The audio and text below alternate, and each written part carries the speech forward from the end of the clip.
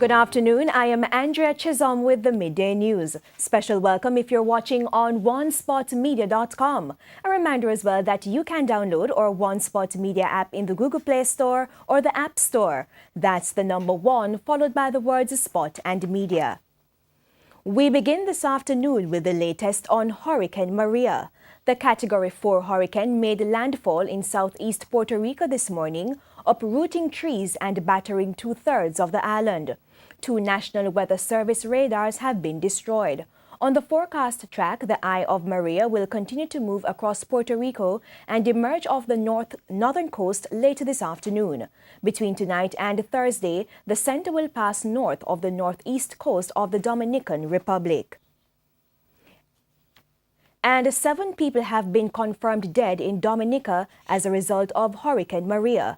TVJ's Shamela Mitchell has details of the devastation. Advisor to the Prime Minister, Hartley Henry, says the country is in a daze with no electricity and running water. There is no landline or cell phone services on the island. The main general hospital also took a beating following the passage of Hurricane Maria. Mr. Henry says patient care has been compromised.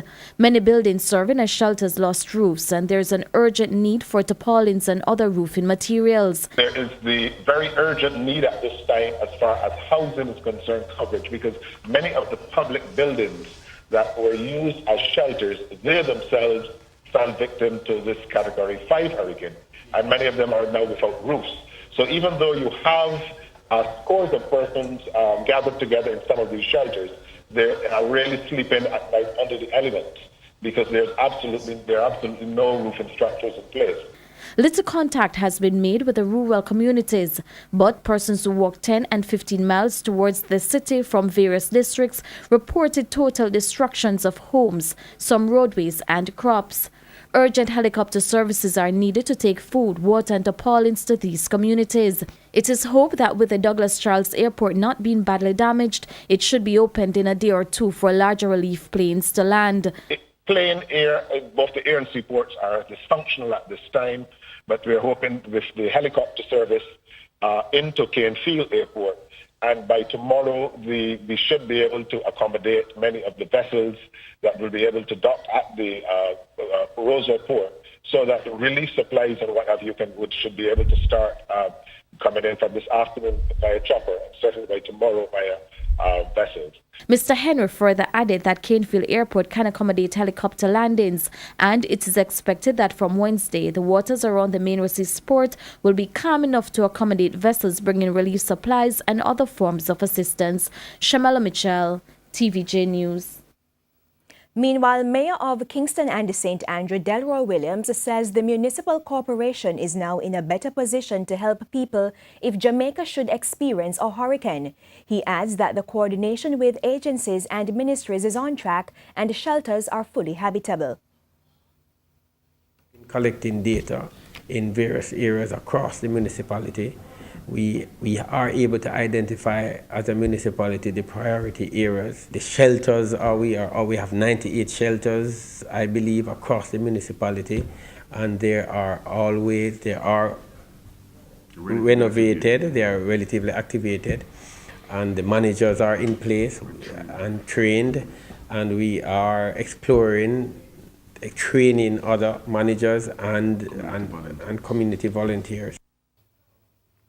The Caribbean Disaster and Emergency Management Agency, SEDEMA, is reviewing its response to member states which have been ravaged by hurricanes. In an interview with the TVJ News, head of SEDEMA, Ronald Jackson, said the proposal is to pre-deploy members to countries under hurricane watch. SEDEMA was unable to immediately enter Dominica after it was battered by Hurricane Maria. Mr. Jackson believes pre-deployment will allow SEDEMA to better carry out its mandate. Pre-deployment is a good idea is simply because of the issue of access post-impact. Where you have island states and your mechanism is being brought from outside, it will impact on the speed at which you can put in human resources in these countries to help with some of the rapid assessment that can direct needs, to provide technical advice to the member countries where communications may be ruptured. It won't necessarily serve the issue of putting into the operational space equipment and adequate food reserves, but it will certainly allow you to put some specialized teams on the ground. And rapid assessment teams have been deployed to St. Kitts and Nevis to determine the extent of the damage caused by Hurricane Maria. The eye of the hurricane passed south of the island yesterday afternoon. All storm watches and warnings for St. Kitts and Nevis have been lifted. Essential services are up and running. Additionally, the St. Kitts Robert L. Bradshaw International Airport reopened at 11 o'clock this morning. In other news, a police constable has been shot and killed. He has been identified as 29-year-old Nicaldo Green. Mr. Green was attached to the Stadium Police Station, and reports are that men attacked and shot him as he arrived home. They took his firearm and escaped in a waiting motor vehicle. The mother of the slain policeman spoke fondly of her son.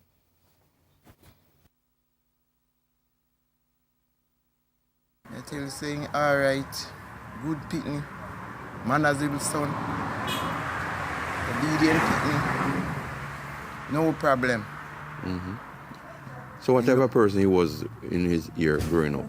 See him growing up, easy son, no problem with nobody. Mm-hmm. He's a nice pitney growing up, he have manners in the pitney.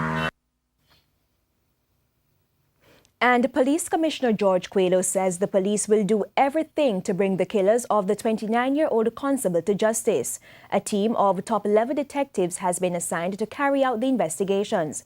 In a statement this morning condemning the murder, Mr. Coelho said the incident represents an attack on the state. The police commissioner added that the attack is a constant reminder that Jamaicans should unite and help in the fight against crime. Anyone with information may contact the headquarters of the Criminal Investigations Branch at 929-9256, Crime Stop at 311. Persons may also use the Stay Alert app to give information. Romario Brown, the man charged for the murder of fashion designer Dexter Pottinger, was remanded when he appeared before the St. Andrew Parish Court this morning. The 21-year-old tattoo artist was charged 2 weeks ago in connection with the murder. Prosecutors reported Tuesday that they are still awaiting a post-mortem report to complete the file. Mr. Brown is to return to court on November 9. The decomposing body of Dexter Pottinger was found at his residence in St. Andrew on August 31. The body had multiple stab wounds. Investigators reported that the knife used in the attack and a television stolen from Mr. Pottinger's home were found at Mr. Brown's Stony Hill residence. The 21-year-old was out on bail for the murder of a woman in St. Andrew last year.